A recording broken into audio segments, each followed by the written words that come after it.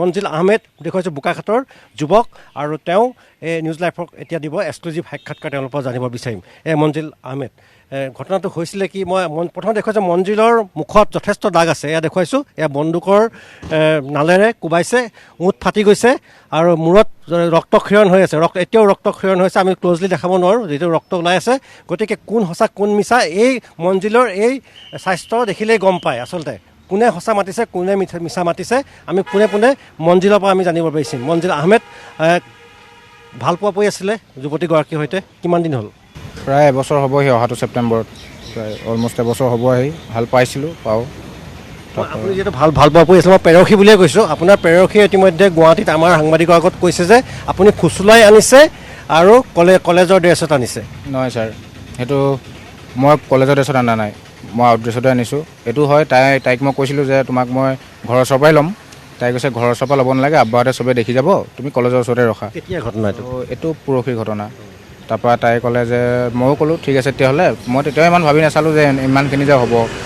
তাৰপিছত আৰু এইটোও নহয় যে মই জবৰদস্তি আনিছোঁ। মই তেওঁক সুধিছোঁ, আমাৰ দুইজনৰে এটা হেৰি আছিলে, মানে হেৰিটো যিটো দুইজনৰে মতামতটো আছিলে যে যাম বুলি। তাৰপৰা তেওঁ এতিয়া হয়তো বেলেগকৈ কৈছে, কিন্তু মোৰ ওচৰত প্ৰমাণ সহকাৰে চব আছে। প্ৰথমটো প্ৰমাণ আমি দেখুৱাব খুজিম নিউজ লাইভত দেখুৱাব, যিহেতু মোৰ এটা প্ৰমাণ আছে। তাৰপৰা মোৰ মোবাইলটো কি হয়, ৰাতিপুৱা যিহেতু মানুহখিনি গৈছিলে, তাই আৰু মই ৰুমৰ ভিতৰত লুকাই আছিলোঁ। মানুহ আপোনাৰ আহিছিলে, এনেকুৱা শকতাৱত মানুহ আহিছিলে 3জন, যাৰ লগত আৰ্মছ আছিলে। এজন সৰু ল'ৰা আহিছিলে, তেওঁৰ নাম ৰাজা বুলি জানিব পৰা গৈছে। ৰাজা বুলি জানো, ৰাজা কিবা চৌধুৰী নে কি লিখে। মানুহ দুগৰাকী আহিছে বুলি। মানুহ দুগৰাকী, এজনী হৈছে বায়েক, এজনী মাক, আৰু আপোনাৰ ভিনিয়েক আহিছিলে লগত। ভিনিয়েক মানে বিয়া হোৱা নাই, ইংগেজমেণ্ট হওঁ অৱস্থা, ভিনিয়েক আহিছিলে। তাৰপিছত মোক গোটেই ৰাস্তা দম দি নিছে। যেতিয়া ঘৰত আহিছিলে আজি ৰাতিপুৱা, তেতিয়া কি মাৰপিট কৰিছিলে নেকি? হয় ছাৰ, প্ৰথম সোমাই লৈ মানে কি হ'ল, দৰ্জা আমি লুকাই থকা দৰ্জাখন হুক ভাঙিছে। হুক চুক ভাঙি দৰ্শকে দেখিব পাৰিছে চব আপোনালোকৰ হেৰি দি। হুক চুক ভাঙি পেলাই মোক এনেকৈ হাতখন এনেকৈ পকাই ধৰি পেলাই, এতিয়াও এইবিলাক হেৰি হৈ আছে, পকাই ধৰি পেলাই উলিয়াই লৈছে। তাৰপিছত এনেকৈ আৰ্মছ যিটো মানে পিষ্টলটো লৈ আছিলে, সেইটো দিলে এনেকৈ বহুতবাৰ মৰা হৈছে, বহুত জেগাত আঘাত প্ৰাপ্ত হৈছোঁ মই। আঘাত মই দেখুৱাইছোঁ, পুনৰ দেখুৱাব গৈছে। মঞ্জিলৰ আঘাত চকুৰ ওপৰত দেখুৱাইছোঁ, ইতিমধ্যে চকু মুখ ফুলি আছে, ওঁঠ ফুলি আছে আৰু মূৰত ৰক্তক্ষৰণ এতিয়াও হৈ আছে। ঘটনা ইতিমধ্যে প্ৰায় 10 ঘণ্টা উকলিল। মই আপোনাৰ পৰা এটা কথা জানিব বিচাৰোঁ, এটা প্ৰমাণ, যিহেতু আপোনাৰ মোবাইলটো এতিয়া এটা মোবাইল আছে, গতিকে কি প্ৰমাণ আছে আপোনাৰ মোবাইলত? মই এইটো প্ৰমাণ দিব পাৰিম যে তাই কলেজ ড্ৰেছত অহা নাই। কাৰণ কেলৈ, মই এটা ভিডিঅ' দেখাব খুজিম। আমাৰ আজিকালি জেনেৰেশ্যনত কি হয়, আমি ক'ৰবাৰ পৰা কিবা এটা কৰিলে কি আইফোন থকা মানে এটা ষ্টৰি বনাওঁ, কিবা বনাওঁ। পলুৱাই আনিছিলে গুৱাহাটীৰ পৰা, তেতিয়া ষ্টৰি বনাইছিলে। পলুৱাই অনাৰ সময়ত বাটত তেওঁ এটা ষ্টৰি বনাইছিলে। ষ্টৰিটো আমি নিউজ লাইভত আমি দেখুৱাব খুজিছোঁ। এটা সৰু ষ্টৰি এটা বনাইছিলোঁ, তাত ইতিমধ্যে ক্লিয়াৰ দেখা গৈছে যে তাই ইউনিফৰ্মত নাই, আউট ড্ৰেছত আছে তাই। সেইটো আৰু তাই মুখৰ হেৰিটো দেখি এইটো লগা নাই যে মই তাইক জবৰদস্তি আনিছোঁ। তাইক যুৱতীগৰাকী আমি আপোনাৰ প্ৰেৰসীক পুনৰ ৰি কৰি দিব নিশ্চয়। কলেজীয়া ড্ৰেছত আছিল বুলি কৈছে, কিন্তু যেতিয়া পলুৱাই আনিছিলে ভিডিঅ'টোত দেখা গৈছে কলেজৰ ড্ৰেছত নাই। চাওক, কলেজৰ ড্ৰেছ নহয়, out dress. Out dress sir, হেৰি কুৰ্তা পিন্ধি আছিলে, কুৰ্তা পিন্ধি আছিলে।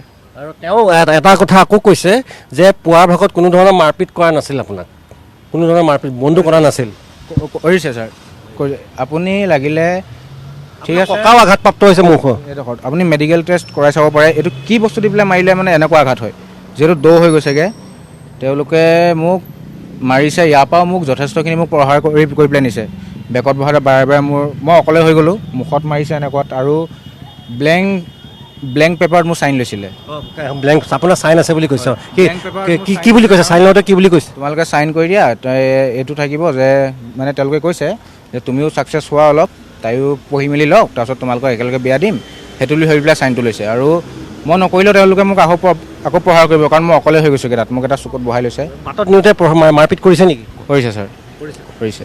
বাটত নিওঁতে বেলেগ নহয়, আমাৰ লগতে ৰাজা বোলা যিজন বহিছিলে, ৰাজা চৌধুৰী চামথিং কিবা হোৱা নামটো, তেওঁহে বাৰে বাৰে মোক মাৰপিট কৰি আছিলে। বাকীকেইজনে বাটত যাওঁতে মাৰা নাই, কিন্তু বাৰে বাৰে মোক কৈছিলে তোক শ্বুট কৰি দিম, ক'ৰবাত নি পেলাই তোক শ্বুট কৰি দিওঁ, গুৱাহাটীৰ গুণ্ডা হয় মই, তই চিনি পাওঁনে?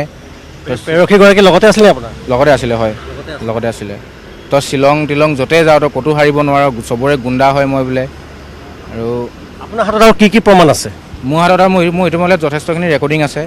তাৰপিছত ভিডিঅ' চিডিঅ' 2-এটামান আছে মই সেইটো মোৰ মোবাইলটো ঘৰত থাকি আহিলে সেইখিনি মই আপোনাক যদি লাগে মই আপোনাক হোৱাটছএপৰ জৰিয়তে কিবাহৰ জৰিয়তে মই আপোনাক দি দিব পাৰিম হয় পেৰখীয়া তেওঁ যি পেৰখী বুলি দাবী কৰিছে তেওঁ পেৰখীয়ে ওলোটা ভাষ্য দিছে পেৰখীয়ে কৈছে যে তেওঁ ফুচুলাই গুৱাহাটীৰ পৰা লৈ আহিছিল কিন্তু নিজ ইচ্ছামতে আহিছিল নিজ ইচ্ছামতে আৰু এটা কথা মই ক'বলৈ খোজোঁ ফুচলাই আনিলে ছাৰ এতিয়া ইয়াৰ পৰা বোকাখাট বেছি দূৰ নহয় 20 কিলোমিটাৰ 20 কিলোমিটাৰ এজনী ছোৱালীক ফুচলাই নিব নোৱাৰে তেওঁ কৈছে তেওঁ ৰাস্তা চিনি নাপায় তেওঁ কথা চিন্তা কৰক তেওঁৰ ঘৰ হৈছে তেওঁ মাকক দেখি চিঞৰ মাৰিছে বুলি কৈছে ভিতৰৰ পৰা মাকৰ মাত নহয় দৰ্জা ভাঙি দিছে ছাৰ তেওঁলোকৰ লগত যিকেইজন আহিছিলে মই কৈছিলোঁ আৰ্মছ লৈ আহিছিলে দৰ্জা ভাঙিছে আমি দুটা লুকাই তলত বহি আছিলোঁ আমাৰ ভঙা দি পেলাই চিঞৰ মাৰি ওলাই অহা নাই আমি তেতিয়া নিজে ওলাই আহিছোঁ তাই মিছা মাতিছে একচুৱেলি মিছা মাতিছে ইতিমধ্যে দেখুৱাইছোঁ এয়া মঞ্জিল আহমেদ এওঁ হৈছে বোকাখাটৰ গোসাঁইবাৰীৰ যুৱক আৰু তেওঁ সৈতে প্ৰেমৰ সম্পৰ্ক আছিল গুৱাহাটীৰ যুৱতীগৰাকীৰ সৈতে আৰু অৱশেষত কালি গুৱাহাটীৰ পৰা পলুৱাই আনিছিল পলুৱাই অনাৰ পিছত